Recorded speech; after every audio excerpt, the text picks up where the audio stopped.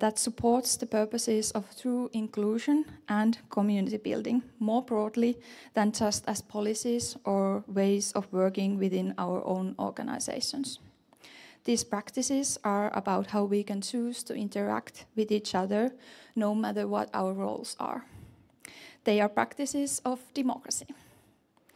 And we are delighted and proud to share them with you today. And I think, I know Sylvia has a lot to say. So without further ado, I would like to invite Sylvia herself here. So please join me in welcoming Sylvia Gale.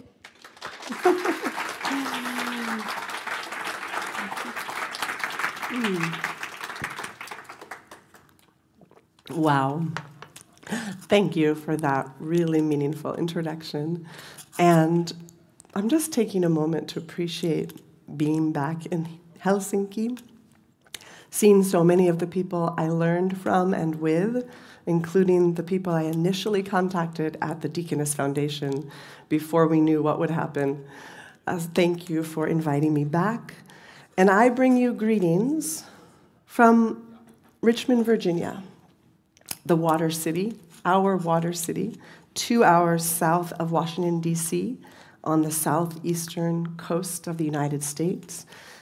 And this talk and conversation, as Hannah suggested, is about how people working in human-serving, human-interacting professions can act within our roles to cultivate inclusive and participatory communities, which is a precondition to a flourishing democracy.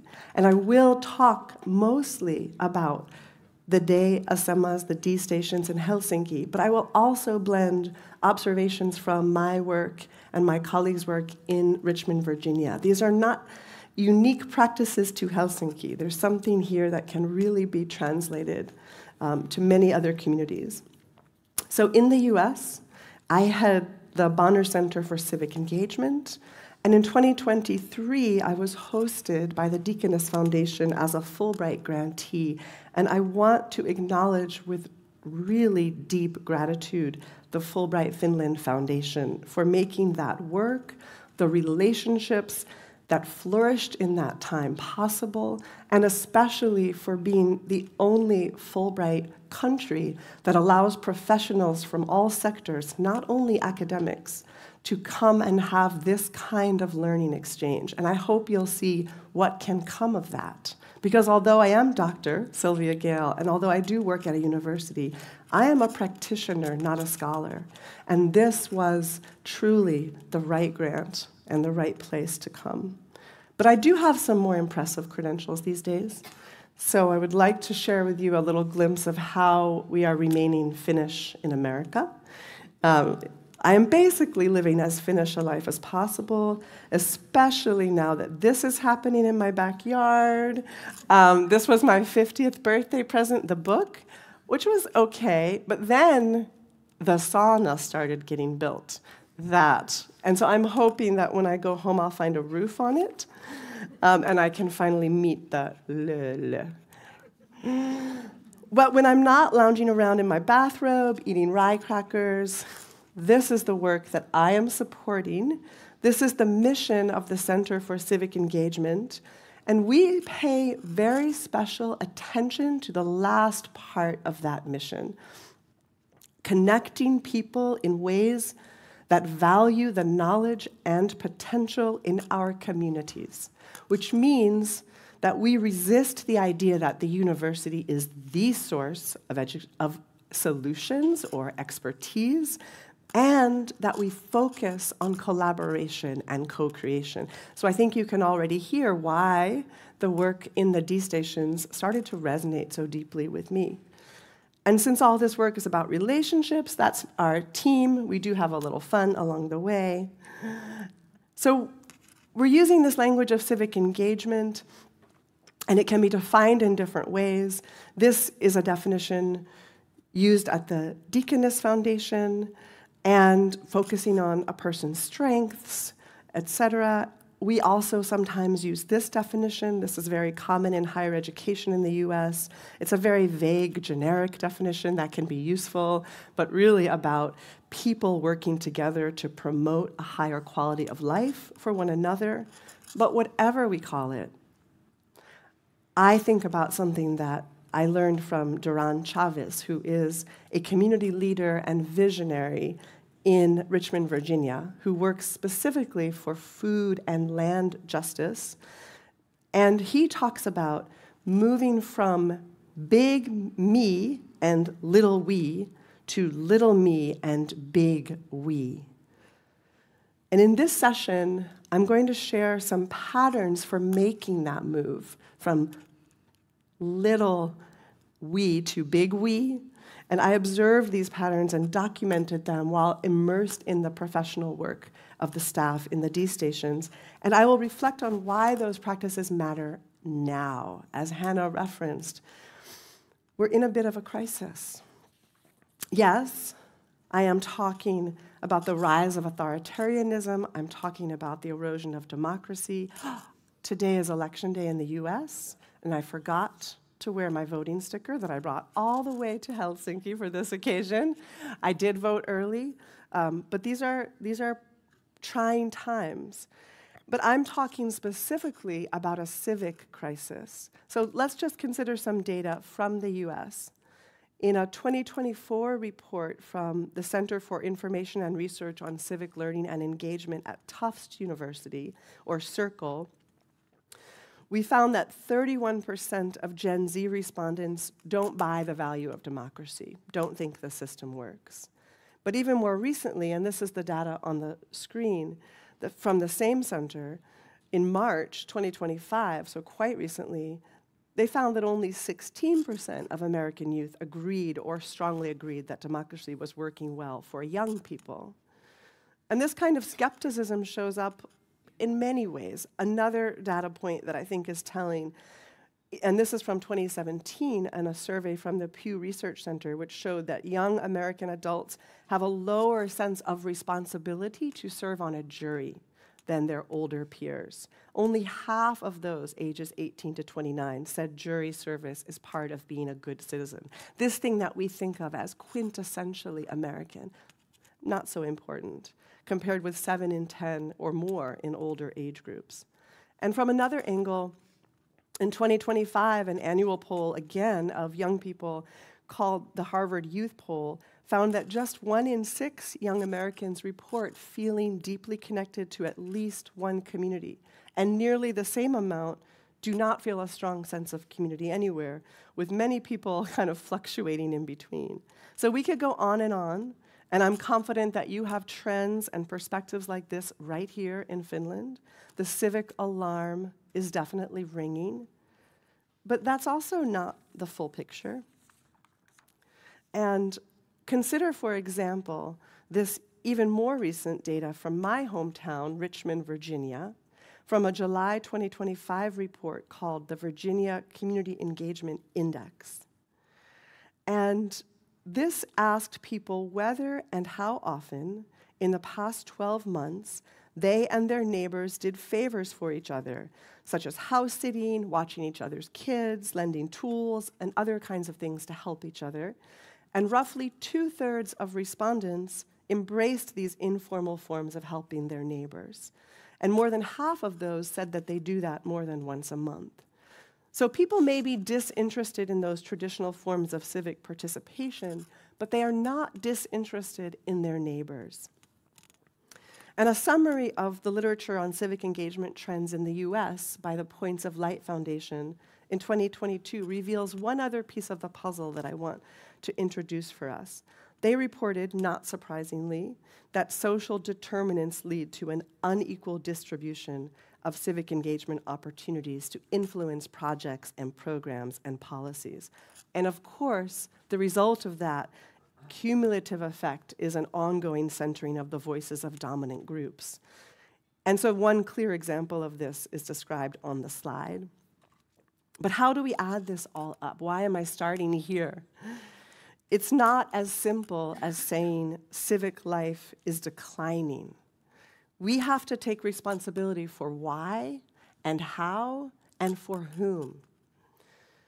Disinterest in democracy or civic participation isn't a natural phenomenon. It's structural. It's a result of the experiences people have or don't have. And as the data from my home state of Virginia suggests, declines in formal civic participation aren't to be confused with disinterest in helping other humans. And all of this makes me think of something that the Harvard political philosopher and truly passionate public advocate for democracy, Danielle Allen, said, and she's up there, we're running a forum together last fall, when she visited the University of Richmond. So she was asked, and this picture captures the moment she was asked this question. You can kind of see the person asking, and he was asking the question on his heart in this moment. And the question was, what do I do with young people's skepticism about democracy? They don't care that it's not working. And she said, this is the moment she answered it, people can't want something they haven't experienced. And I think about that exchange often from my perspective as a university administrator of civic engagement. I see young people passionate about all kinds of things, climate change, healthcare, homelessness. They arrive at the university every year with these passions, yet there is very, very little room for them to have meaningful participation in decision-making while they are there about those issues or even about the very basics of their life as university students. And it doesn't have to be this way. What if we practiced being civic together in multiple ways, in multiple spaces? What if we intentionally, strategically, repeatedly invited people into civic life? And when I say we, I really mean we, the people like those right here, charged with working with humans in a variety of different ways. What if we practiced this invitation to be civic in consistent ways, again and again, that shift power so it can be held by people most suited to developing those habits of collective caretaking? In other words, people, all of us living in our own communities. And so ultimately, this is what I witnessed, in fact, in the D stations operated by the Deaconess Foundation. And it's the set of practices for shifting power in that way that I observed and gave name to in 2023 that I'm now sharing back with the hope that they can be further developed, improved upon. They are not new practices. They don't have a trademark Deaconess Foundation next to their name. They weren't invented by the D stations. But my hope is that by making them visible, we also make them more accessible and we encourage their practice. So let's go to the D stations, shall we? Warm, inviting, welcoming spaces. D stands for Deaconess, Diakonisa, but also, I just learned recently, democracy. Dialogue. This was always part of the vision. And as I observed D Station staff, I began to notice patterns, and I began to ask and answer these questions. These are really the central questions in the report that we're releasing today, about how we can, in our daily and programmatic practice, cultivate inclusive community building and civic action, how we can do that structurally within our organizations, and how we can influence other organizations to do the same. And ultimately, I cataloged 5 practices for power shifting in the D stations. I'll share each of them here with just a tiny definition. There's, of course, much more in the report. A few examples, because these can be enacted in multiple ways. I just want to give you a sense of that. Some of those examples will come from the US, some from here in Helsinki. And then a little taste of why I think they matter so much, especially for how we think about our professional work. So, here we go. Practice number 1, the practice of centering human agency, sort of the foundational practice, right? And it's very simple. If people are to find their own power, if they are to encounter that power, there must be space space in which they can find it. That means in small ways as well as large ways, they must know that their actions, their knowledge, their voice, their experience, their dreams, that matters. It can't all already be figured out for them. So for example, in D Station Kallio, when I was here in 2023, this was the coffee maker, my beloved coffee maker. And the sign, of course, you can all read. But above the coffee pot, a printed sign spells out the message, "Whoever wants coffee can cook it here." Full disclosure, that pot has been replaced. I was terribly sad to find, but it's okay, because the new pot is double the love. It just needs a sign on it, but it's really a lovely coffee pot. Another example, a volunteer participating in a community garden becomes frustrated because other volunteers are not taking care of the plants in the right way. A staff member reminds the volunteer that this project is not about the plants. It's about growing a garden together. Can the group be invited to share what they know about plant care? She asks the volunteer. And one more example from home. For professional staff, this is our center, kind of central space. And for professional staff within our very brand conscious university, summers are really frantic. We try to plan everything before the students get back. And when I arrived home from my time in Finland, I found our staff all in a flurry because the space had had some damage and the furniture all had to be taken out, and it was a real wreck. And the walls had finally been painted, but nothing else was happening in there yet. And they felt that it needed to be done. But instead, we took a step back and we paused, and we chose to live in that space as it was, messy and incomplete, so that the main space users, our students, could be part of the decision-making process. So they could enter a space in which they were needed. And that's what it ended up looking like. And they designed this magnetic map of the city on the back wall, which is really awesome. So why does this matter? These examples all point to small acts of human agency, but such small acts are significant as they are symbolic of a larger organizational culture, of the value being placed on participants. And it's really important to note, as the examples suggest, that the emphasis of the practice of centering human agency is not on individuals taking action. It is on individuals learning to take action as self-aware members of a group, and with the interests of that group in mind. And just as significant for our conversation here are the ways this practice of centering human agency disrupts expectations for the professionals involved.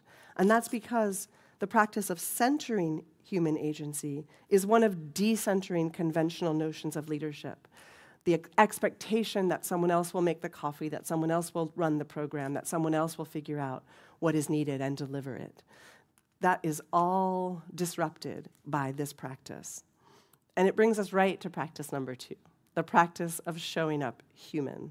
I witnessed this over and over again. It's a beautiful, deceptively simple process. The practice of showing up human is to show up as we are and to invite others to do the same. It requires that we show up imperfect and also brave, willing to negotiate the difficult and honest encounters necessary to developing healthy communities. And showing up human means releasing the idea that any one of us knows exactly where a community process can or should go.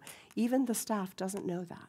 But instead embracing the possibilities that emerge when we encounter one another across our differences. So for example, what does this look like? A staff member has observed a pattern in a regular club. I think this will be very recognizable to many of you. It tends to be a couple of women who always take care of setup and cleanup. In a conversation with the volunteer club leader, the staff member asks, "How do you think the club is going?" Together, they reflect on the group dynamics, including those around the cleanup. And the club leader comes up with a plan to introduce the question of how the group can share these responsibilities in the next meeting. Bravely facing difficult group dynamics. Or A volunteer coordinator at an organization providing services to people experiencing homelessness orients a group of students from a private college by saying, "Today we are going to work in the food pantry. Feel free to help yourselves," inviting everyone to show up human. And finally, another example from home. The poster for a signature annual event is printed with a large and visible typo. Laura might be the only one who's noticed it, but this should say presentations of learning, but we didn't realize until they were plastered across campus and the night of the event was upon us that we had made this mistake. And we were terribly embarrassed, and then we just broke out laughing. And now we've embraced this new name for our event, and this poster is framed in our office as a reminder that we all make mistakes. And as a staff member explained, I am not the leader here. This is a community. I'm here to help people make this community work, and I have to let things go and not try always to make things perfect and good. If we make mistakes, then there is the opportunity for people to try things. So it isn't just okay to make mistakes, it's necessary for this practice of building community. Why does this matter so much? It matters because, again, showing up human is a fundamental part of creating spaces where people who hold different values and beliefs can feel free to take risks, to try new things, to make discoveries together.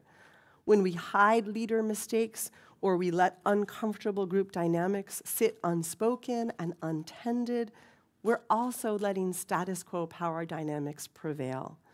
And in a healthy community in which all members of a group can thrive and grow, the dynamics around authority of all kinds will be tended, not assumed or taken for granted. But it matters also, again, for professionals, because this means resisting our own inclinations and often our own training to resolve, to make perfect. It means being willing to show up human ourselves. And it means understanding the limits of our leadership, as Virpi, who I quoted a moment ago, said so perfectly. Which certainly brings us to practice number 3, the practice of trust. So this one really means trusting people no matter what. This kind of trust doesn't depend on a person's success. It depends on seeing the potential over and over again in everyone. And this practice of trust affirms in very tangible ways that all participants are credible and valuable. You don't have to be extraordinary. You don't have to prove yourself against my checklist. You just have to be willing to be trusted. So what does that look like? Well, this is the famous D-Station example, although, full disclosure, this is an arkioski in Tampere, but I thought it would do. Volunteers can use the D-Stations when staff are not available. There's a system for keeping the key in the nearby arkioski. It's a 10-year-old system at this point, and volunteers get a key pass from the D to retrieve it. Also, everyone is welcome as a volunteer. I'm using this language of volunteer. Participant, volunteer, that line is intentionally blurry because we move back and forth in a D-Station. Sometimes we are participating, sometimes we are offering. We're very rarely only receiving. There's always a chance to give. And there are no special qualifications or professional or social status required to take on those roles. Another example, an organization is hosting a key event with a high-profile speaker. This was a role play about such a situation during a staff workshop. Staff invite 2 regular participants to welcome the audience and introduce the speaker. Staff ask questions to help the participants identify the approach they want to take, but they don't review the script.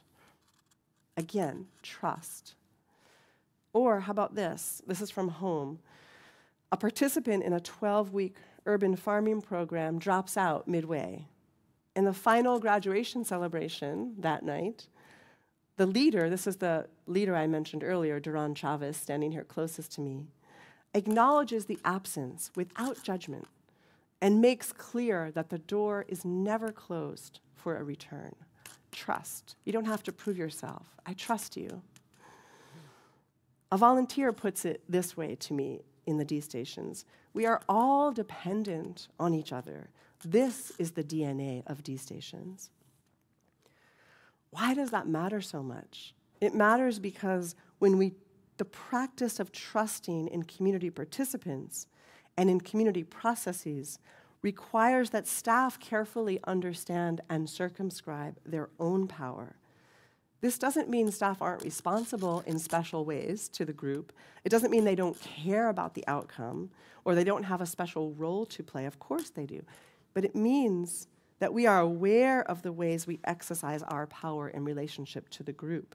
And when we trust participants enough to step back and to the side, opening space in which people can dream, take risks, succeed, fail, all those good things, and when we understand our professional role as to support participants in entering that space, then we are creating space for community and for civic action, and I think even for civic possibility.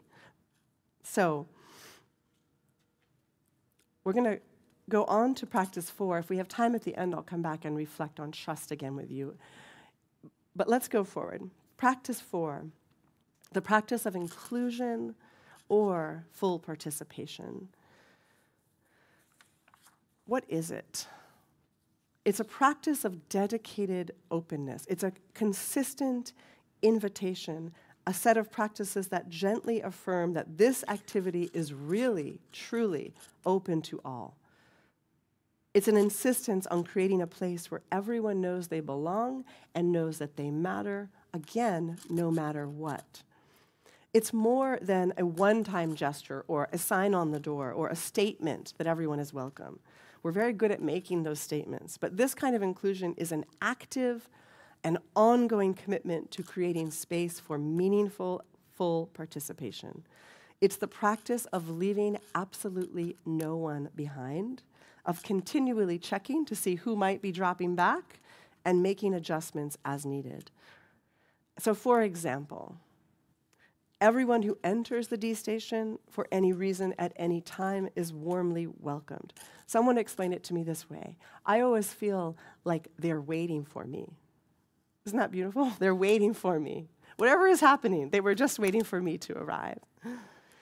And conversations about difficult topics are faced squarely. A staff member sums up her mindset this way: as long as we are not using offensive words, I am not afraid of having the discussion. I may disagree with your ideology, but I am not going to abandon you. It can also show up programmatically. This is one of my favorite moments as a volunteer in a D station.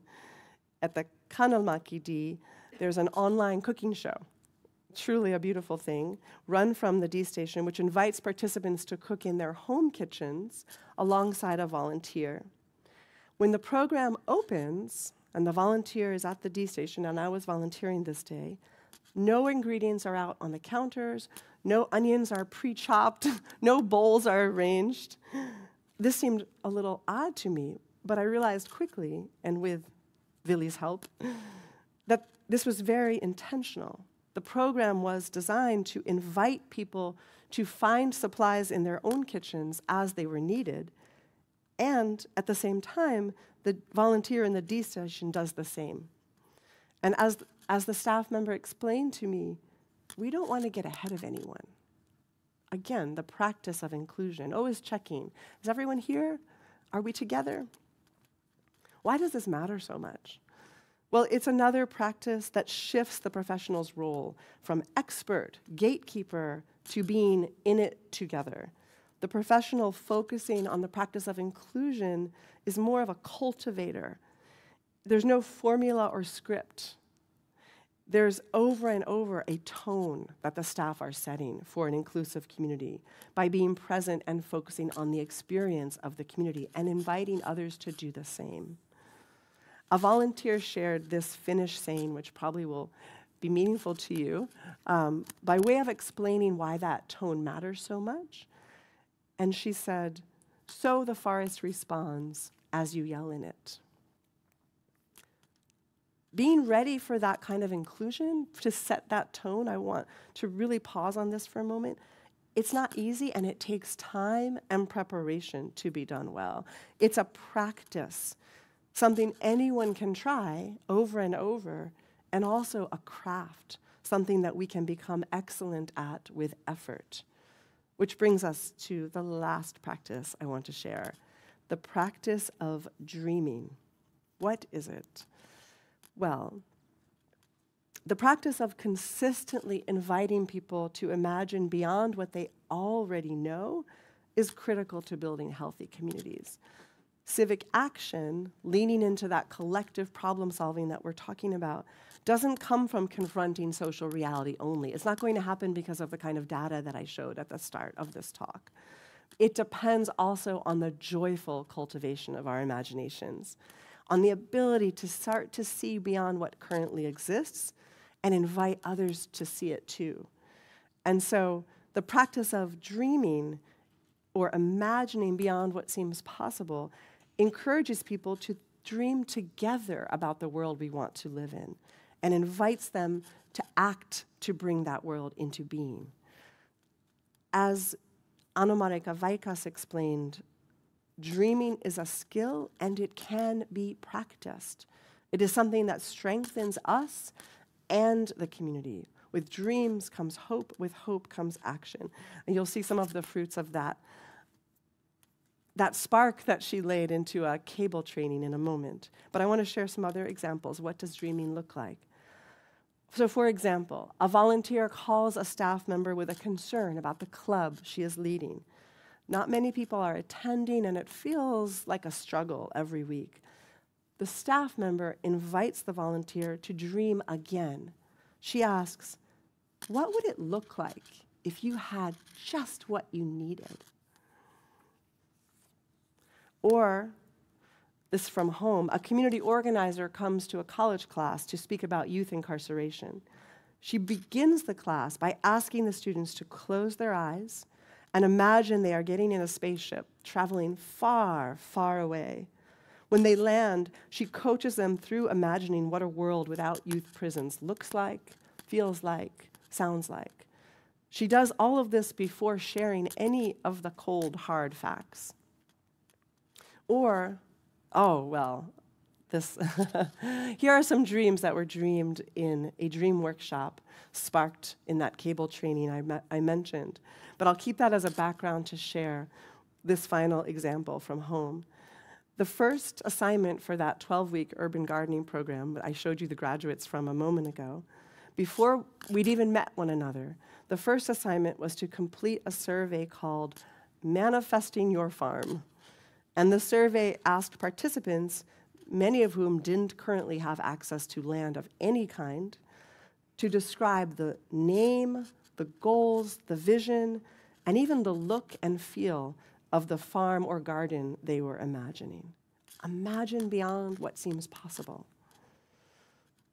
And if you want to know more about these dreams, ask Susanna over lunch. Raise your hand, Susanna.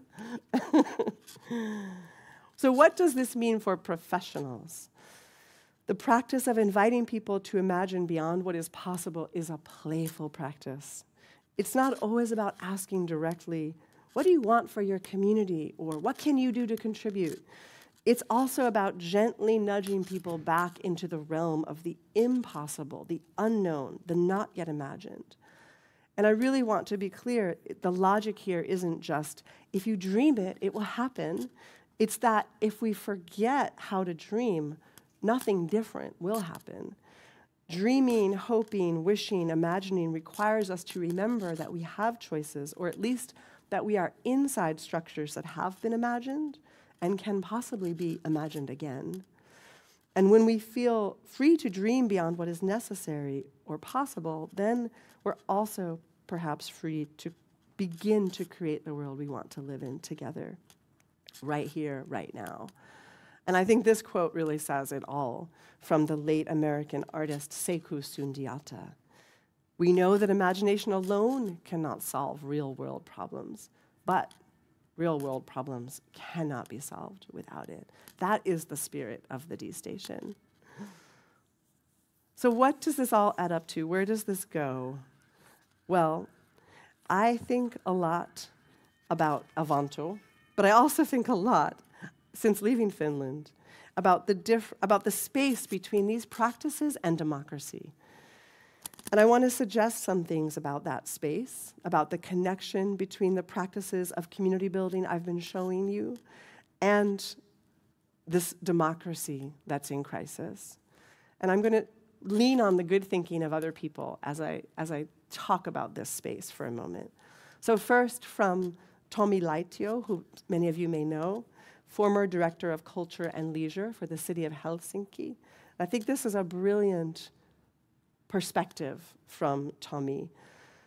The point here is that the art of living together doesn't follow from sharing space only. As he puts it, mere contact or proximity does not lead to a flourishing democracy, mutual understanding, and acceptance. I think about my own experience as a child of New York City. Sitting on the subway often makes me feel really proud to be American. It's probably my proudest moments I can think of. Maybe the beer line at a baseball game, but really the subway. But when you think about it, nothing's really occurred there. I've sat among people from all walks of life, but have we fostered mutual understanding? Have we fostered acceptance? Well, sometimes contact alone can actually make conflict worse or make prejudice worse. And that's something that journalist Amanda Ripley noted in a really important book that she wrote in 2021 called High Conflict. Researching what it takes for people stuck in long-term, high-stakes conflict to extract themselves from it, she found that the best scenarios involve people not just talking together, but actually working together on some kind of common problem. This triggers our instincts for cooperation rather than competition. It activates our desire to collaborate rather than to win. I think of the cooking program. I think of the coffee maker. I think of the trust placed in volunteers every time they go to our kioski to get the key. The art of fostering convivencia is the everyday practice of inviting people into a shared goal, a common purpose, over and over again. And this points to the second thinker that lights our path here.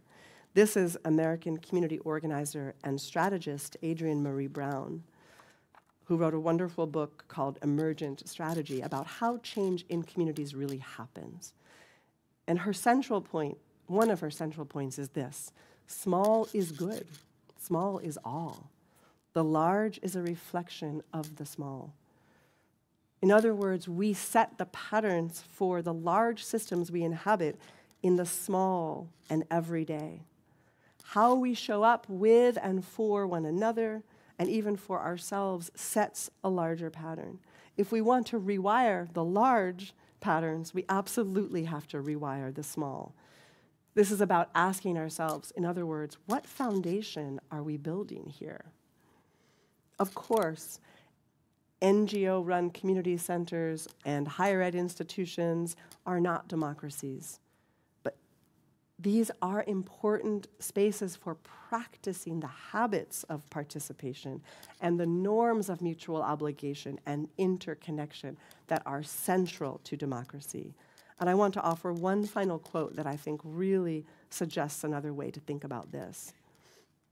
This comes from a report called Habits of Heart and Mind, How to Fortify Civic Culture, which was put out this year by a group called the American Academy of Arts and Sciences, which that Harvard philosopher I showed you earlier, Danielle Allen, has been spearheading. And I like this idea of civic culture for two reasons. First, as the quote indicates, civic culture is the accumulation of decisions we all make. Decisions specifically about how to behave in the company of others, how to behave together, and whether to treat community problems as our own. The second way this idea is useful is in the second part of the quote, a reminder that what ties those decisions together is the sense that we are connected, that a healthy civic culture depends again on our having a common sense of purpose. Democracy is hard. Remembering that civic culture is not an essence, not something we inherit or don't inherit, have or don't have, but rather a production, something that we make together, the result of our accumulated choices and actions. That's what reminds me of the power that we all hold. And so maybe the community workers that I learned from, whether they were employees or volunteers or participants, maybe what they were doing, what we were doing together is best understood as cultivating civic culture, which means that they, or we, are also civic catalysts, people who understand our role as helping others to realize their potential for change, fostering a sense of responsibility and power. It isn't that people don't already have power. It's being aware of it and having a relationship with it. There is not one way to do that. So the American Academy of Arts and Sciences report that I'm referencing here uses the language of habits, the regular pattern behaviors of everyday life that reflect commitment to our community. And habits are choices, and they are powered by the momentum of routine. If non-participation is a habit, which, of course, that data I showed in the beginning suggests is a trend, then we won't disrupt that habit with one-time special invitations or one-time special opportunities to participate. But we can encourage habits of participation by practicing these habits in public ourselves, as, for example, in the D stations, creating human agency, centering human agency, showing up human, practicing trust, inviting full participation, dreaming beyond what is currently possible. Each of these practices depends on our being mindful and critical of the power assigned to us and the ways our institutions reinforce and guard that power. Tending that power will look different in each of our different contexts, and there's no way to check the box on it. It is a constant, recurring, everyday practice. And that is the practice of community. That is how we cultivate democracy together. And I want to offer a final image. So this in Richmond, I don't know if anyone is doing this here. Someone is making these wooden bricks and distributing them all around town. One appeared on my doorstep. And I left it there, but I kind of put it hidden behind a bush because it bothers me. I'm not against kindness. It's very sweet. But I think it's a little too simple. Kindness alone doesn't shift power dynamics. So why not instead, thank you AI, be civic? So let's try it. Let's see what happens. I'm very hopeful. Thank you so much for your attention. I'm going to stop there.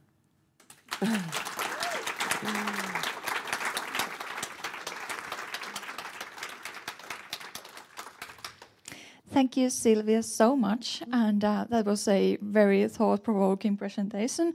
And I'm sure you all have questions and thoughts in your mind, but I'm thinking that let's get more deep into the everyday life of this, the aspect of everyday life. And I would like to invite the D-station workers to have a dialogue with Sylvia.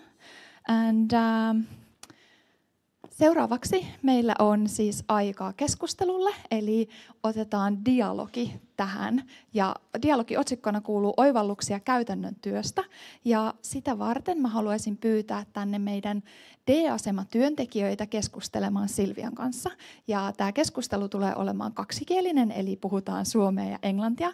Ja tämän keskustelun jälkeen meillä on aikaa kysymyksille, joita voi esittää sitten sekä Silvialle että D-asematyöntekijöille.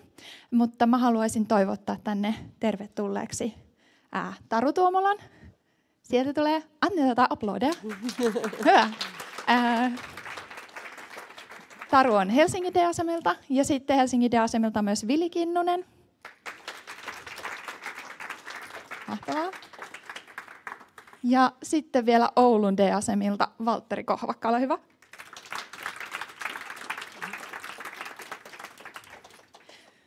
Mahtavaa, kaikilla on siellä mikrofonit. Ja mä laitan meille vielä taustalle täältä nämä 5 praktiikkaa, 5 practices that Sylvia was now presenting for us, and these are the main topic of this dialogue. You're warmly welcome to start. Okay, no niin. I was waiting for my moment to use that. This is like being in a row of famous people for me. These are people that I've learned from, observed, questioned, and been generously welcomed by for quite a while now. So I wanted to just start with a question about the first practice. And I'll just say first, I know there's something in English that doesn't quite translate to Finnish, which is this idea of a practice. And I'm using that language really intentionally because in English, a practice is 2 things. It's something that you can try and not be good at. I'm practicing violin, but it sounds terrible, but I'm practicing. But it also means a craft, like my practice is wood making. My practice is furniture building. And so it can also suggest a deep skill. And I always felt that those 2 things were present in your work, in the D stations. It's a space where anyone can try things, but it's also a space where you are exercising the craft of building community. And so specifically about this first one, when you think about that practice of centering human agency, what is important about that? What is challenging about that? What does that mean to you?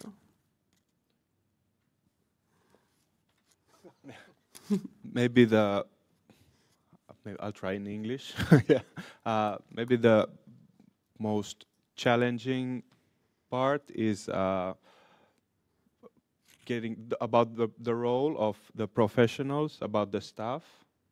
It has to do with, first of all, acknowledging your role in the community yourself, but at the same time, getting the participants and volunteers to understand the role of the staff, not only as a part of the community, but also because it's oftentimes so different compared to places that they are used to frequenting, like different services or places where they are kind of recipient of something.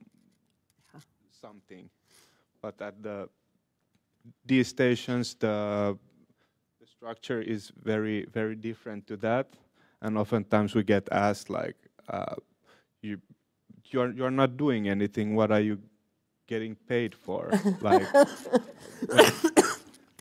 this is not. I'm not here to. I'm not a barista. I'm not a cook. That's not what I'm getting paid for here. I'm here to hold this space, create a space with an atmosphere and a safe space for people to try things, to learn, to fail also, but yeah, to try new roles, to act in a different way than they are maybe used to in a lot of places. Yeah. Yeah. Please. Mä jatkan suomeksi sitten tähän, että niin kuin Vili tuossa sanoi, että niin kuin se, että ihmiset pääsee yrittämään, tekemään asioita, niin sitten mä näen niin kuin sen, että pitää tehdä niin kuin se tila sille, että he pääsevät edes yrittämään niitä asioita ja tavallaan antaa se mahdollisuus sille yrittämiselle. Ja sitä me D-asemalla niin kuin tehdään, että kun se ihminen tulee niin kuin sisälle, niin me tavallaan pyydetään häntä jo mukaan toimimaan ja tekemään. Ja luodaan niin kuin sille sen toiminnalle se mahdollisuus. Mutta se, mikä siinä ehkä haastaa vielä ammattilaisena, niin on se, että mihin se ihminen on niin kuin sitten valmis, mitä se on valmis tekemään. Ja se on niin kuin sitä meidän niin kuin työtä tunnistaa se kohta, mikä se voisi olla ja mitä hän on kykenevä tekemään, ja tarvitseeko hän ehkä apua ja miten paljon siinä. Yeah, I could. I go in English as well. Yeah, I could add to that also, like Valtteri said, that the invitation and the like emotional and physical space for to take action. There's also the like hearing the hope for action behind critique. If someone says that I would like to, why is this not happening here, and how come you don't have this here, and why are you doing things like this? We can ask like, what do you mean? What should we do? What do you want to do about this? And do you have some ideas that we can like co-create on? So maybe like also that is important to hear the dreams behind the critique. Yeah, and that seems like it really involves also not taking it all personally. Like whether they like or not is not the point. The point is, ooh, what is it that you're thinking of that you might want to be doing? Yeah, powerful. Well, I want to ask a question about the third practice also, the practice of trust. And this one, I think, from outside Finland, there's a perception that many of us have that Finland is a naturally trusting place. There's a kind of value placed on trust socially, I would say, and culturally that's recognizable. But this is different, and that's why I want to explore it with you. I don't think we're talking about that same, like, the trust that allows you to get on the tram without showing your card to someone. I think there's something deeper here. But I want to hear from you in terms of your daily experiences in the D stations. What does trust really look like in your work? How does it influence how you show up and what you do?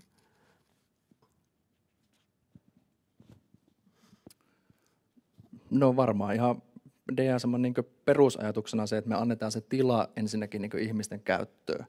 Ne saa sieltä R-kioskilta sen avaimen ja sitten ne pääsee tavallaan käyttämään sitä DSM:aa ihan keskenäänkin.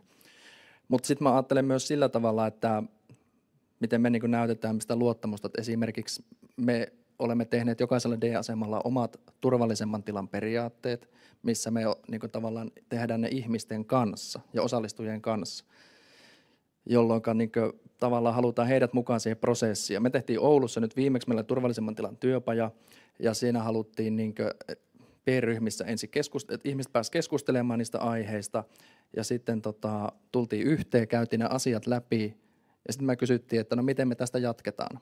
Ja sitten tavallaan sieltä tuli se vastaluottamus, että jatkakaa tehkää näistä nyt ne tiivistelmät, ja sitten katsotaan taas yhdessä. Eli tavallaan siinäkin näkyy se molemminpuolinen luottamus. Yeah, I think the same way that trust is like mutual trust, not only that we trust the volunteers or the participants, but also that they can trust us. It's really important that in everything we do, we acknowledge that everyone has knowledge and skills and things that can be helpful for the community, that can be used for the good of the community. And what we are trying to do is get people to realize that they have power, to empower them, that they have skills, and a lot of people are struggling with like self-doubt or like they have lost kind of a sense of power. So we show trust in that things will go well, and that gives the possibility kind of to act in the space and use the power that people have already. Yeah, about that. Yeah, and also in the co-creation we show trust because we ask that, what do you think about this, and how should we make this work better? And also because we have a lot of trips and other scheduled like activities, and people sign up for them, and maybe they can't show up for some reason. They're practicing that thing to show up when they have signed up for a trip or another activity. And still we don't, because usually often even volunteers tend to go that way that, okay, we can't trust them, now we ban them, they can't sign up anymore.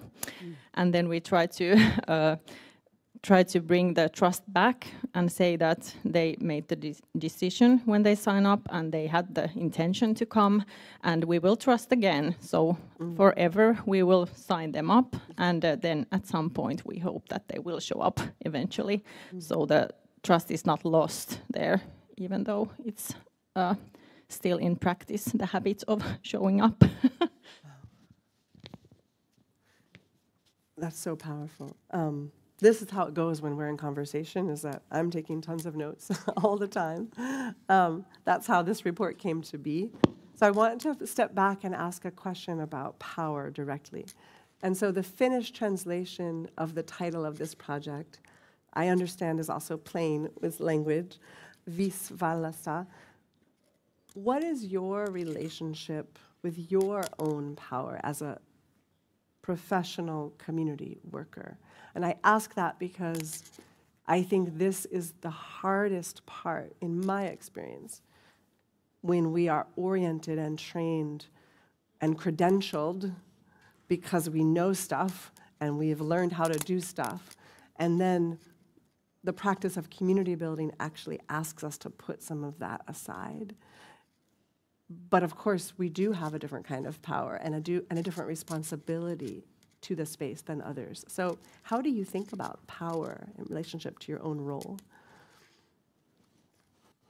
Well, I think that, like I said just before, that even in that point when people say that now we make a decision that we will ban those who won't sign up, then I have the responsibility to use my power because I'm facilitating the activities to say that maybe we should try to trust them and hope that they will show up next time, because people's situations and lives vary, so we don't know why they didn't show up, but maybe next time they will. So I think I have to acknowledge that I have power in that moment and I must use it, because otherwise the power would be used against those who should be trusted, in my point of view, and like for the good in the community. Yeah. As much as we try to fade all these power structures in everyday life,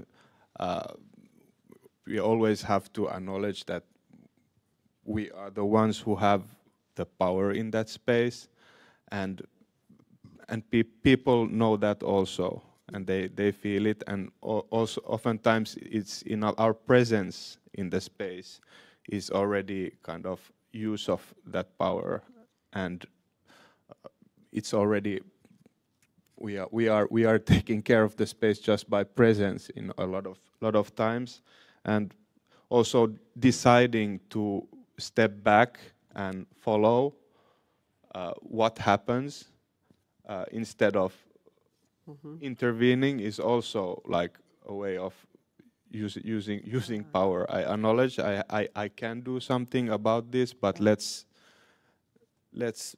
sit back and watch what happens. Kind of it. That's a way of showing up human, like you did, giving the kind of this safe way we are a little bit controlling still, that things happen in a way that's not letting anyone down, but we are still using power in that situation.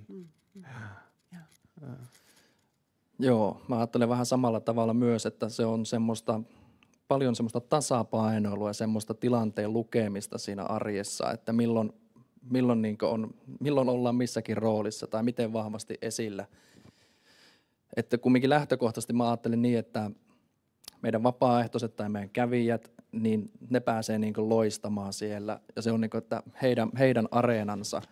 Ja kun me ollaan paikalla, jos joku vapaaehtoinen vetää vaikka toimintaa siellä, niin monesti meiltä tullaan kumminkin kysymään asioita. Mutta silloin esimerkiksi itse aina mä ohjaan, että hei, kysy vapaaehtoinen, hän vetää tätä toimintaa. Koska se on silloin hänen show, niin mä haluan, että niinku hän pääsee niinku päättämään silloin siitä niinku asioista.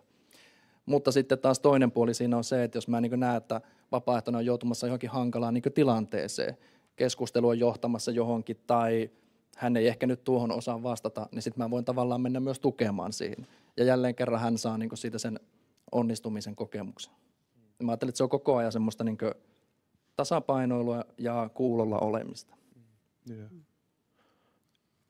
Yeah. I think in like every day we have I don't know how familiar people are with what's happening at the deasemas, but like a good example of giving out power and but at the same time using your own power as a professional is like for example the open cafe or the online cooking activity where volunteers are people are signing up as volunteers to host the cafe or act as a teaching cook.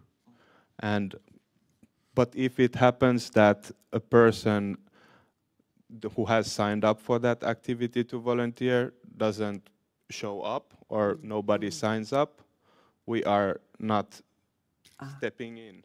Yeah. We are not covering for those people.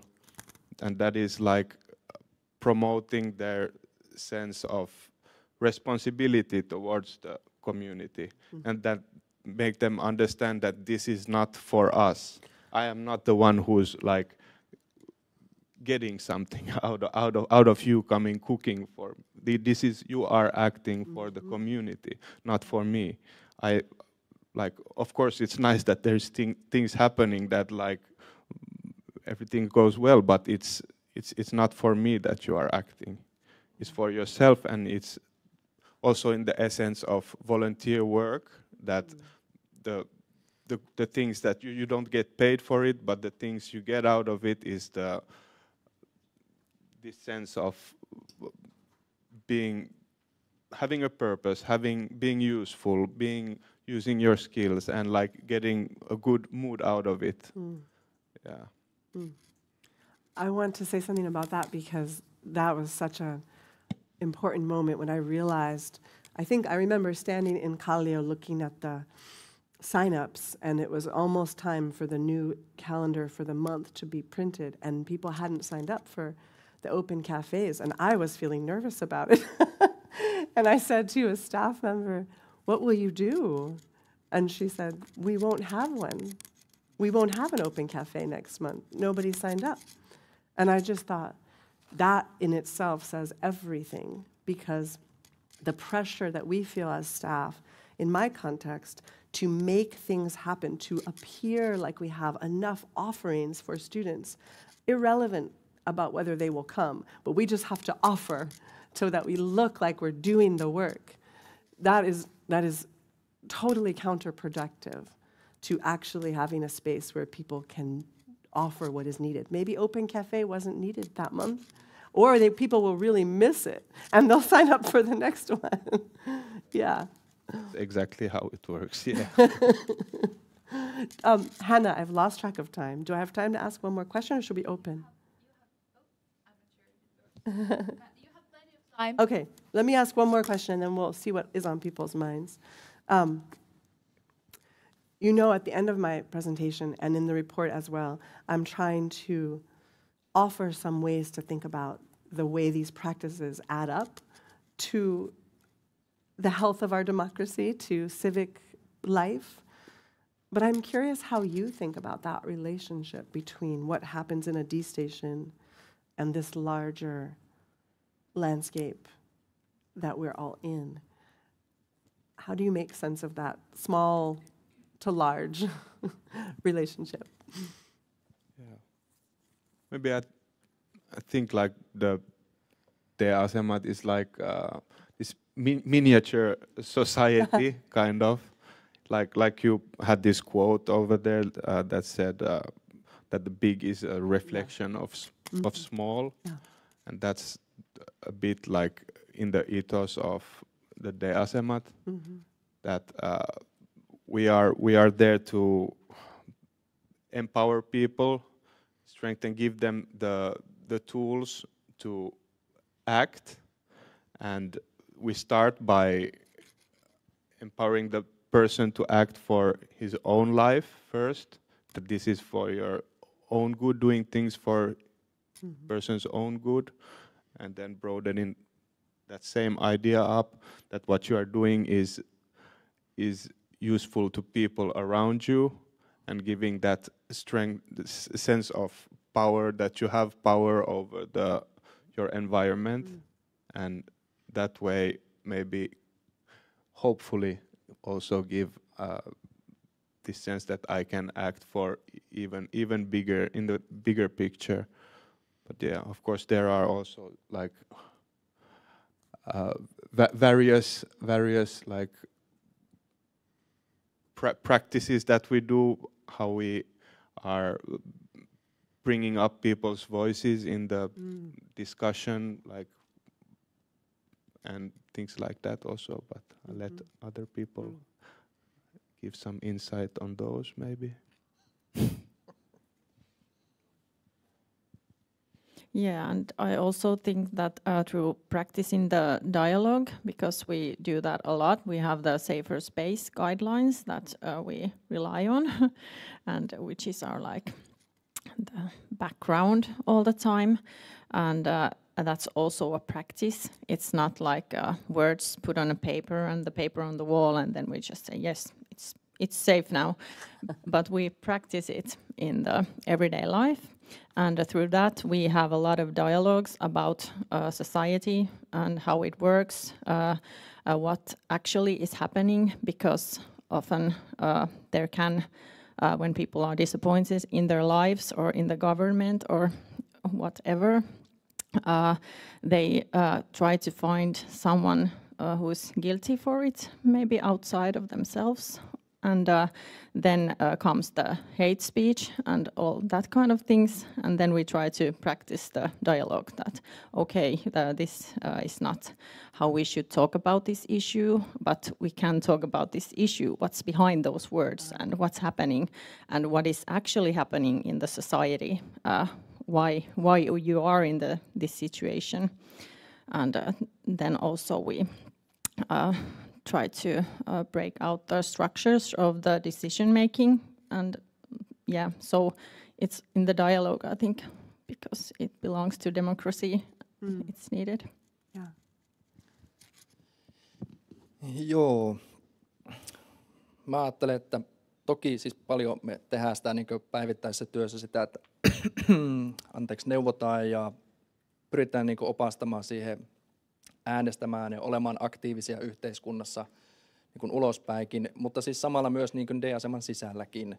Tavallaan voidaan harjoitella vähän siinä sisällä. Ja tästä oli mun mielestä hyvä esimerkki. Esihenkilömme antoi meille luvan verhojen ostosta ja hankkimisesta, ja mehän siellä D-asemalla tietenkin henkilökunnan kanssa toteutettiin tämä, mutta välitön palaute tuli sitten työntekijöiltä, eikö näiltä ihmisiltä, että mitä ihmettä, että eikö näistä asioista pitäisi päättää yhdessä. Että tänne vaan hankitaan verhoja ja meidän kanssa ei puhuttu mitään. Niin tavallaan se, että mä ajattelen, että ihmiset voimaantuu, ne kokee, että sillä heidän äänellään on sillä D-asemallakin vaikutusta. Ja samalla me voimme kannustaa niitä ihmisiä sitten toimimaan myös D-aseman ulkopuolella ja ottamaan osaa niin kuin muuhunkin aktiiviseen ja yhteiskuntaan vaikuttaviin asioihin ja teemoihin. Was that about the curtains? Yes. Thank you. I think we should open up now and extend the dialogue to you and see what questions you might have for any or all of us. Saya has a microphone.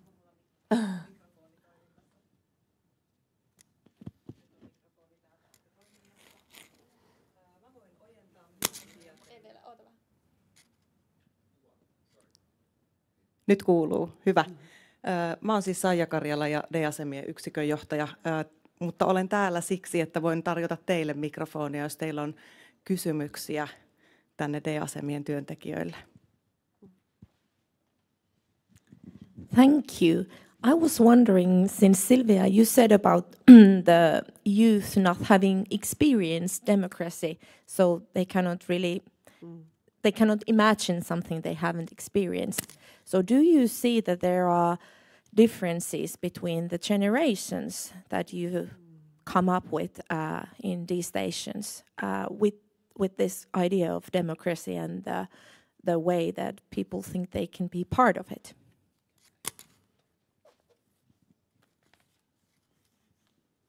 Well, yes, I see a difference, but I don't know if it is about the generation or the age.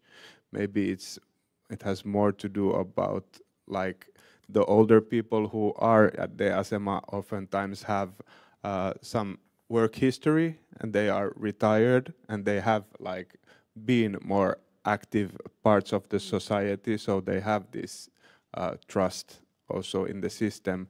But the younger generation are oftentimes people who have never or rarely experienced like being in that way part of the society either. So yeah, I see there is a difference, but I don't know if it's a generational thing or it's more about the experiences being a part of the society. Yeah.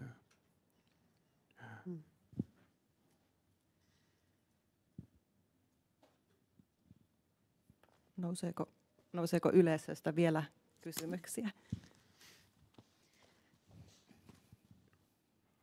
Okay, good morning to everyone, and thanks for this event. I absolutely loved, Silvia, your talk, and this panel has been interesting. I think that I don't have any question, but perhaps comment that you might want to comment afterwards. But I'm coming from the academia and university kind of world and from practice of research, but the kind of a research tradition that I come from is a participatory research tradition, and kind of in my tradition I call it as a co-research tradition, that I definitely believe that research has to be done together with people who the research concerns somehow, and I think that similarly as you described, and you were asking about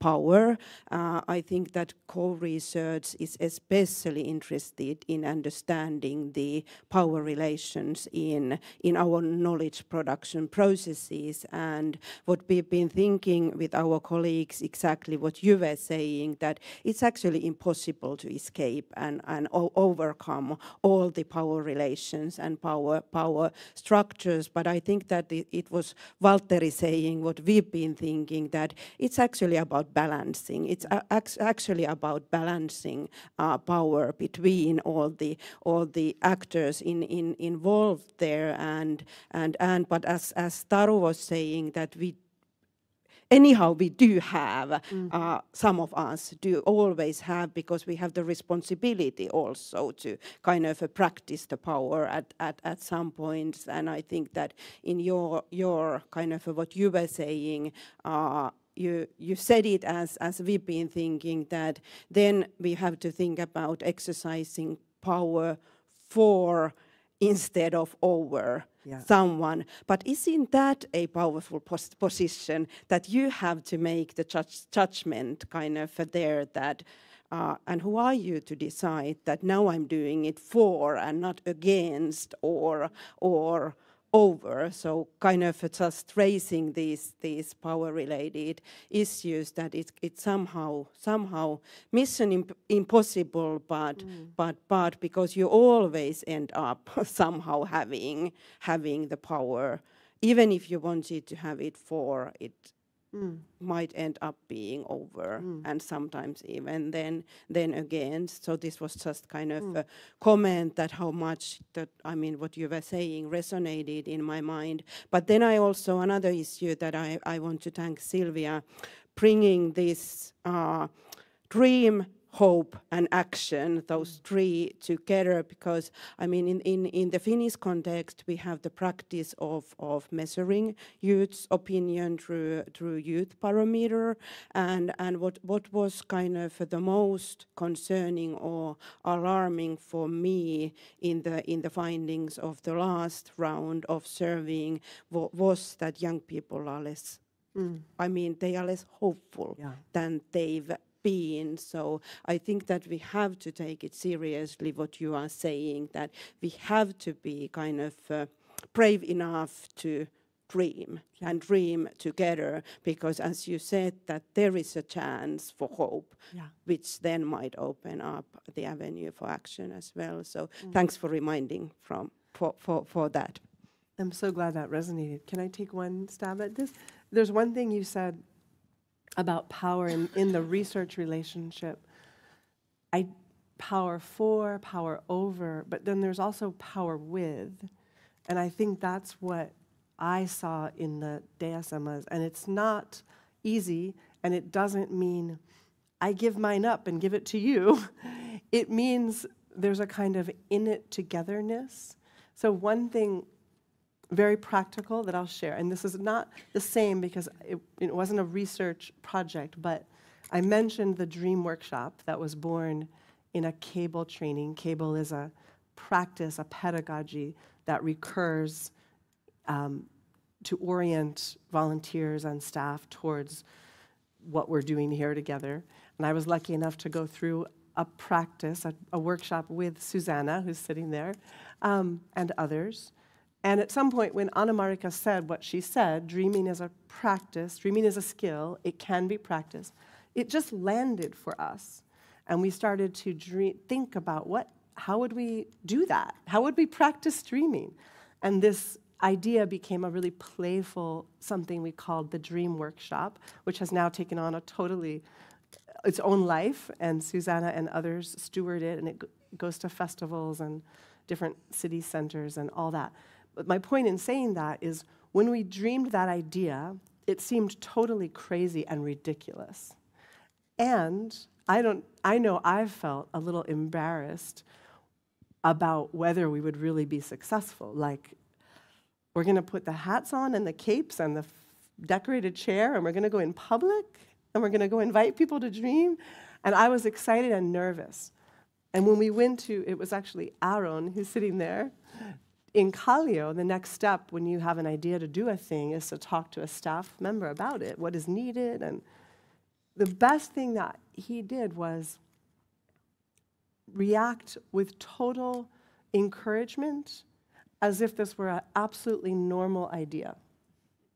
And so in that moment, he was in it together with us. He didn't say, okay, now break this down for me again. You're going to do what? Which would have been a way of saying, I'm having some doubts, and it would have been a power over. And I was ready to give up. So the first sign of that, I was out. I don't know if you knew that, Susanna, but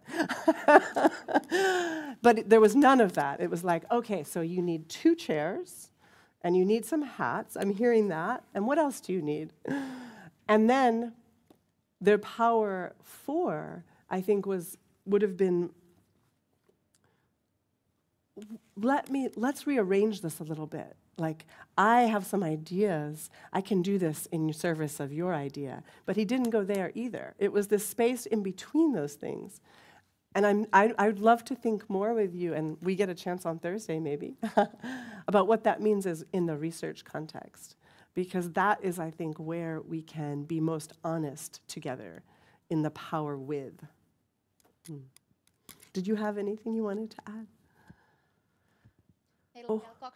We still have 20 minutes, okay. So you can elaborate if you want. No worries. I do see also a hand behind you. Hi, good morning, and thank you, Sylvia, for a thought-provoking presentation. And my question is to you. The statement of from little me to big we really resonated with me. So if you focus on the word we, and you flip the W upside down, it becomes me. So them two are intertwined, if you like. Yeah. So how can we, as a community workers, to encourage or instill hope in those who are marginalized and lost hope, those who are maybe just came out of prison or people who are addicted to drugs? How can we make them believe and feel that they are important? Thank you. Well, I'll offer something, but then I think the expertise in this is really sitting here. I mean, this is really what I think these practices are about.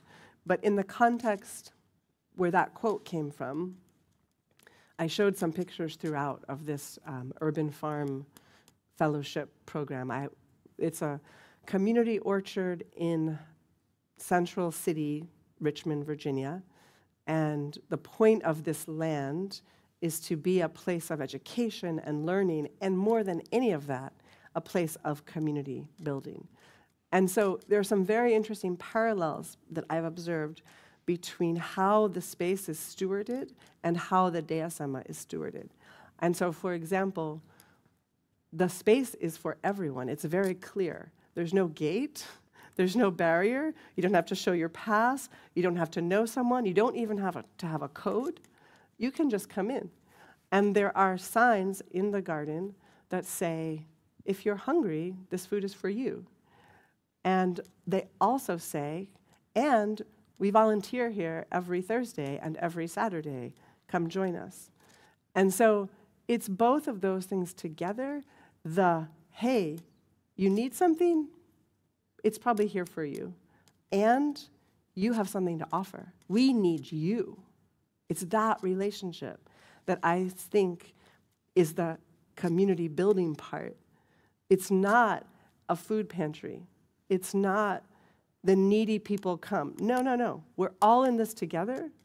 We need you. You need us. That's how we're going to create something that works. So to me, that's the mode that I'm trying to name, and it's the mode of the Deasema as well. What would you add? Yeah, I had the same ideas that it's about the invitations, because we ask everyone to join and everyone to take part and take action. And we just ask that, what would you like to do here? What's your name? And what would you like to do here? Or even, you don't have to tell your name. Just show up and we can talk about what would you like to do and what can we build together here. Others are doing this and this one is happening here, and you can also join if you don't want to take action immediately, but you can join a trip or a workshop or something like that. So I think it's important that the invitation is for all, and it's always said when someone comes that this is Deasema. We have the safer space guidelines. Please, you're also safe here, so at least we practice that together. And here's what's happening now, and if there's something you would like to add, please tell us so that we can talk about it together and make plans. So I think maybe there people can find something they can hold on to and then show up. Yeah, show. Again, trust is really important in this case also. These people, if you are you have lost trust or you feel that you are not trusted, is any sign of trust from someone outside your bubble can feel really important. So that way, you always have to keep in mind that everyone has skills and knowledge and strengths that they can use. You can start from small, just showing up. That's the first step, and then you start broadening it up from there. And it has to always be in the person's hands, the power to decide how big of a role they want to take in the community or the action. Can I add one thing? Because you asked specifically also about formerly incarcerated people. And so I do want to say something about that. We work on, I showed you the mission of the Center for Civic Engagement.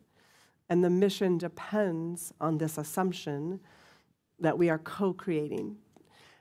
And that is extremely hard to do in a partnership relationship when our institution, the university, and then the institutions that we often partner with want something more transactional. So here's an example.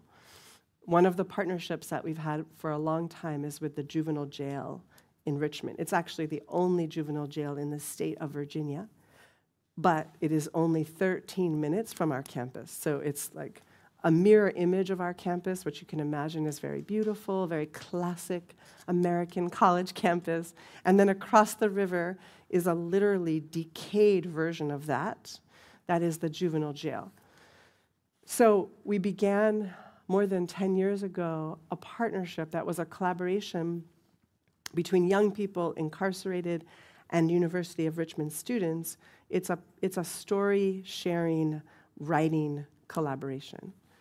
It depends on the idea that young people, they're the same age, have common experiences and perspectives and fears, but also very different experiences, perspectives and fears. And so it's very simple, like, let's be together, let's be human together.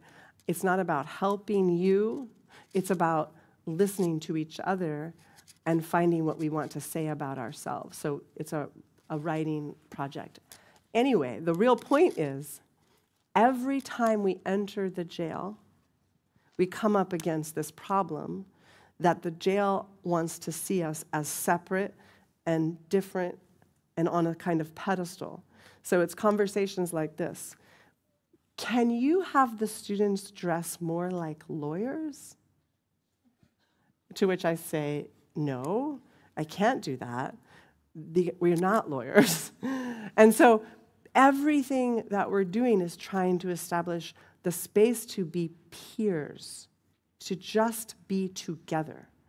But every way that the institution wants to read us and interpret what we're doing is that we're mentors, we're instructors, we're college students, so we know stuff that they don't know, which is not at all the experience that the young people have together. But we have to get through all that crap every single time we go. And so the reason I wanted to say that is, to me, the fundamental answer, quote unquote, to the question you're asking is about blurring the boundaries. Like, the invitation is, come be in this with us. Let's do this.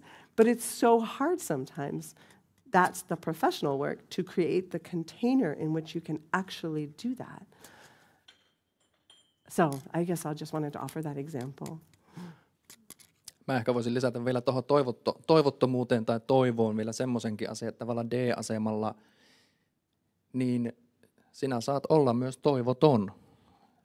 Meille saa tulla sellaisena kuin on, niin tavallaan okei, nyt sulla on tämmöinen hetki elämässä.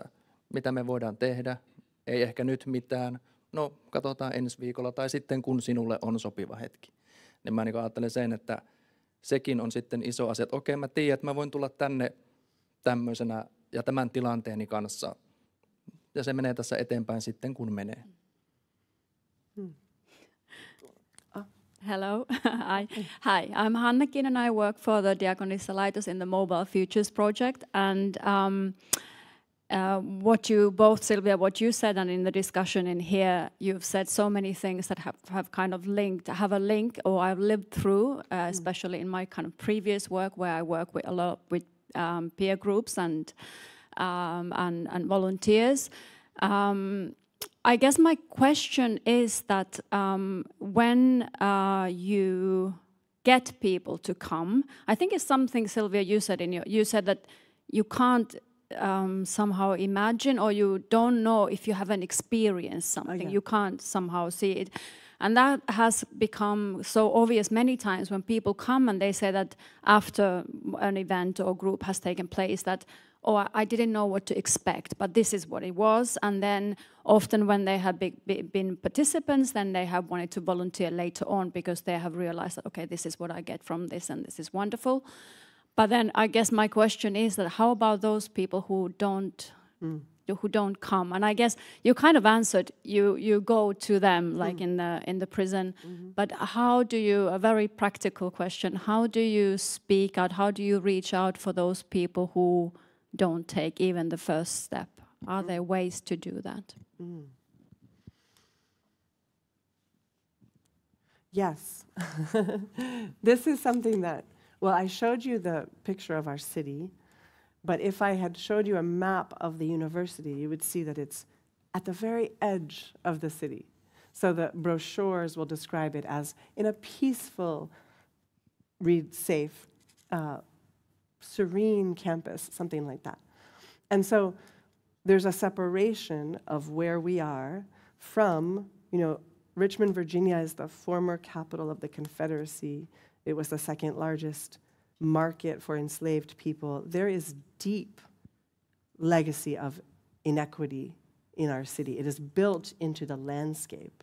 And we are in the whitest, wealthiest part of it, where only one bus comes a few times a day because you wouldn't want to be too close, right? So in that setting, we cannot sit and wait for anyone to come. Nobody will come. So that's why partnership matters so much. And so I would say, I don't know how you think about this, but for us, our center is really a place of like philosophical orientation. But the work of being together with other humans and being in collaborative relationship happens all over the city, in all other kinds of spaces, and only when we're invited. But you don't get invited if you don't know people. So my staff, the people, my colleagues I showed you, those people are always going out to be present at community meetings, going to events that other organizations hold. Our work is listening, tending relationships, and then matchmaking. Oh, there's this class and this professor and there's this organization. I think this is perfect, And talk about people thinking you're not busy. That looks like fun. That looks like you go to all kinds of parties and events, but really that's necessary in order to form the relationships that will then allow you to show up in places. Like another project, and I'll pass to you in one moment, that came out of that kind of relationship work was with the bus drivers in Richmond. That's a very interesting group of people. I don't know if it's the same here. They know the city better than anyone. And they know in our city, which is a very segregated city where wealth and poverty are very racialized, they are the only people who go back and forth across all those lines every day. They have a very special understanding about Richmond, but they have a very hard job. They are treated really poorly. So working with the bus drivers to tell their stories and their dreams and hopes for the city was a project that emerged out of that kind of relationship work. And it happened all at the bus headquarters. Like nothing ever at campus. So passing. Yeah. As much as we are being inclusive, we always have to acknowledge that also that everything is not for everyone. Is that if you have some activity that some person has expressed no interest in at all, then it's very improbable to get the person to participate to that. So what we do in the Asemas instead is reach those people and ask, what is it you want? What is it you want to do? What would you participate to? And then we start acting towards that. And that's one way of getting, and again, like always inviting and re-inviting and showing that you are, it's not about like if you once say no, you are like banned, or if you are afraid to come once and you are not allowed to come anymore. You are always welcome and you are appreciated. Yeah.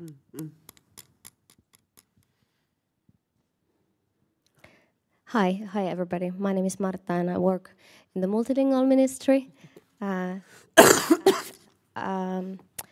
Thank you for the wonderful dialogue for panelists and Silvia. While I was listening to you, a thought came to me that without trust there is no growth. And as a metaphor, planting a seed is an act of trust. So is there a growth story, either yours or participants, you would like to share to emphasize the importance of these days, and of course in a generalized manner, so it's not recognizable. Thank you. That's a beautiful question. So an invitation for some storytelling, perhaps? Well, I can tell one about because Valtteri talked about that you can also show up like hopeless. It's fine to have all kind of feelings and situations, and we accept that. So you don't have to act happy or hopeful when you show up. It's important still to show up, maybe. So I think that's why one person came to my mind who said that, yeah, I won't be coming anymore because I can't act happy here around people. I don't feel so good about myself and my life, and nothing seems to help me. And then we talked about it, that it's not what anyone is expecting you to act happy or hopeful or to like feel good in your life at this moment. You can feel what you feel, but you're still invited and you're very welcome to come, and you don't like have to stress about this thing. And then the person showed up later as well, and was working as a volunteer as well, so it was like they felt like a pressure there in the role as well, because we talk a lot about the good moments that are shared together, and they felt that they can't provide a good moment because of their own situation. And then we talked about the good moments as well, that it's not important to be happy, it's important to be present as you are, and everyone is welcomed as they are. So I think that was really important discussion, because it was a surprise to me that they even thought that they should be like acting something. Yeah. And maybe on the flip side of that, there's this other misconception that somehow you need to prove you are feeling bad, or that you are like in a bad situation with your life, which is often expected in a lot of services, that you need to come there very vulnerable and very like humble, and first thing you start talking about how bad your life is, and that is not maybe the best in your for your identity.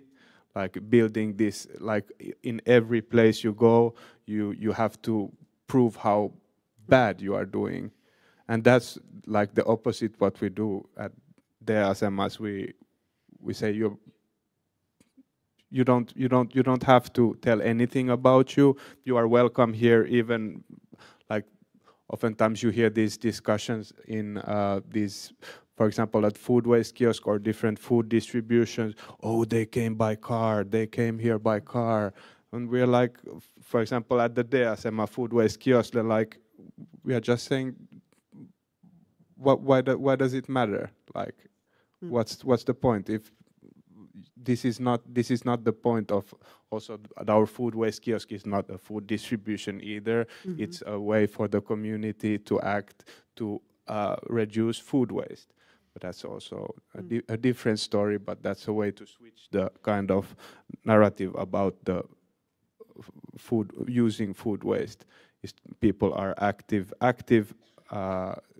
citizens who are diminishing food waste in the area instead of recipients of food bags.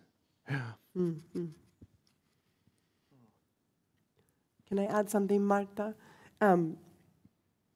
Without trust, there is no growth. I think that's really rich. And the most surprising moment for me in the D stations happened near the end of my time, when I went to a celebration of volunteers. So remember, volunteers, participants, it's all one. So it's a celebration of everyone. Yasmin, you were there. It was in Kontila. It was remarkable to me because many people were saying powerful things about how they felt being a volunteer and what it meant to them to have this place to come. And Virpi, staff member there, made a point to say to this group, who was obviously passionately committed to the D station, you know, it's okay to take a break. You don't always have to be doing all of this. And I had never seen that kind of thing. When you're celebrating some volunteering, we're usually saying, you've gone above and beyond, keep going. And so what I got from that, which is very true to what you just said, is it's very important that people know they don't have to be heroic. And growth isn't this thing that you just keep climbing. And in order to be a good person, you've got to keep going, and then eventually you'll reach the pinnacle. We can celebrate our volunteering, and then we can disappear for 3 months and come back to a coffee and see what happens. And we're still trusted, and we're still invited, and we're probably still growing. So I really learned that there. Thanks, everyone. It's been an excellent session. To continue what Sylvia just said, I'd like to hear a little bit more about the cultural differences, comparing the work here, because we sort of learn that the US, there's lots of volunteering, there's lots of charitable organizations, starting from church and neighborhood associations, lots of grassroots initiatives, things like that. And of course, I'm generalizing, it's different in different places. And then in Finland, like the welfare state, lots of centralized organization. Also, the budgets come, quite often from the state. So thinking about that from your perspective, Sylvia, was there something that took a long time for you to understand in the everyday operations in that sense? Because you've been working with the same issues, but in a different cultural context. Yeah. And then perhaps from Taru, Valtteri, and Vili, like for you to, learn something that Sylvia first thought in a different way. Did you have these sorts of moments while working together? Oh, I had so many moments. And it's a huge question. I'm not asking for like comprehensive I will survey give one story immediately comes to mind. But first, yes, you're absolutely right. Obviously, the U.S. has a really big culture around volunteerism, and I knew that would be different here. It was one of the reasons I wanted to come here, because I wanted to understand, especially in the wake of, in 2015, in so many foreign-born people coming into Finland, I wanted to see how does this culture, known for its egalitarianism, known for providing services, how does it handle this kind of disruption? And I knew it would not be the same as what we would do, which would be depend on churches to handle it. But what it meant that was surprising to me and very hard for me to understand was this blurring of boundaries that I keep referring to. So I'll just give you an example of where this really became clear how stuck I was in the US model. Because yes, we have a lot of volunteerism, but it is steeped in charitable white saviorism, which is why I was sharing that data about the informal volunteering.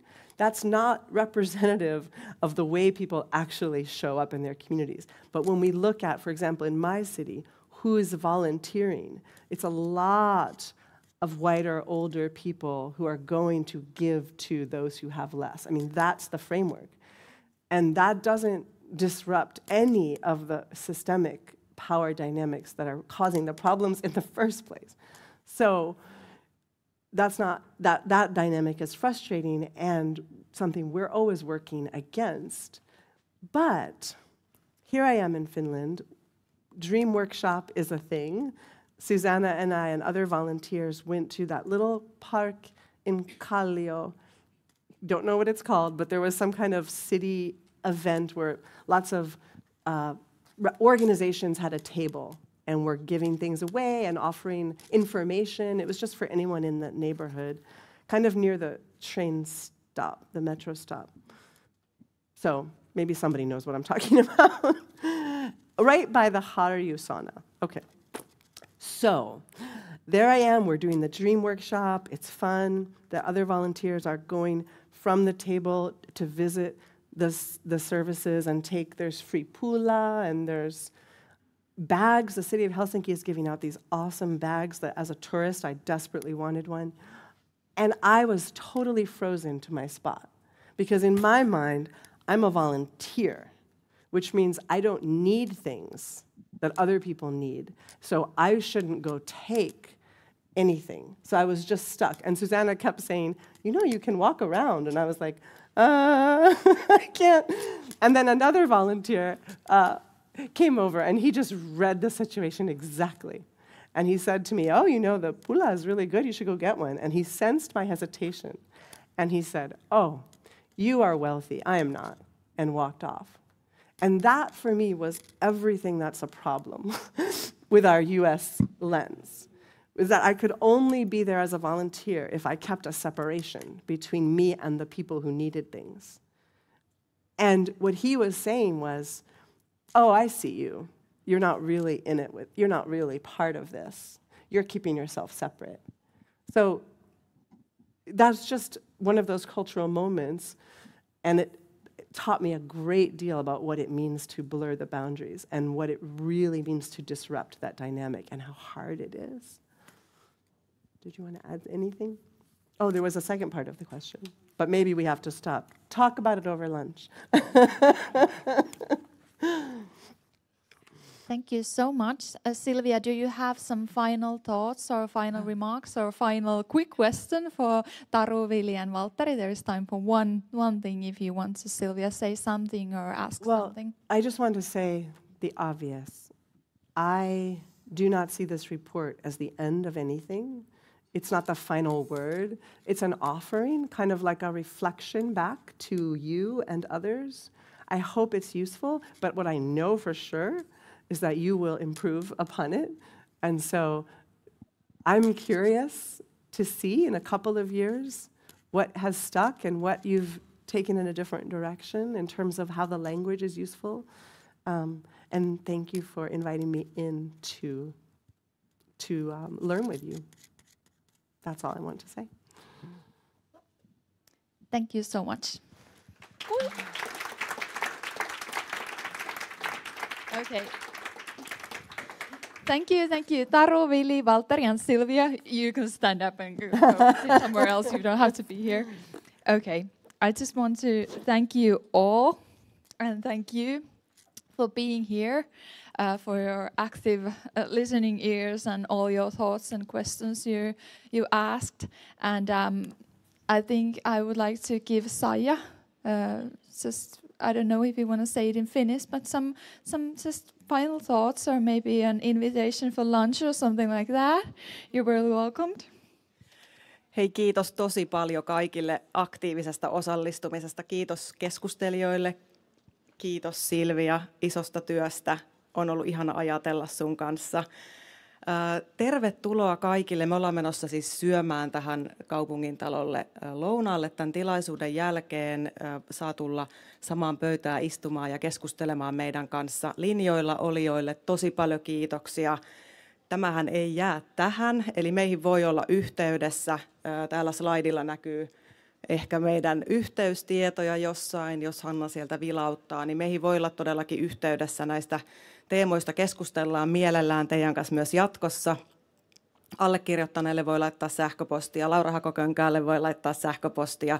Ja meidän talo järjestää myös monenlaisia valmennuksia, sparrauksia, räätälöidään paljon erilaisten organisaatioiden tarpeisiin asioita. Ja Yhdessä elämisen taitokeskus on tämän osaamistyön takana, ja Saara Simoselle voi laittaa sähköpostia. Iso kiitos kaikille, ja työ yhteisöjen parissa jatkukoon. Thank you all.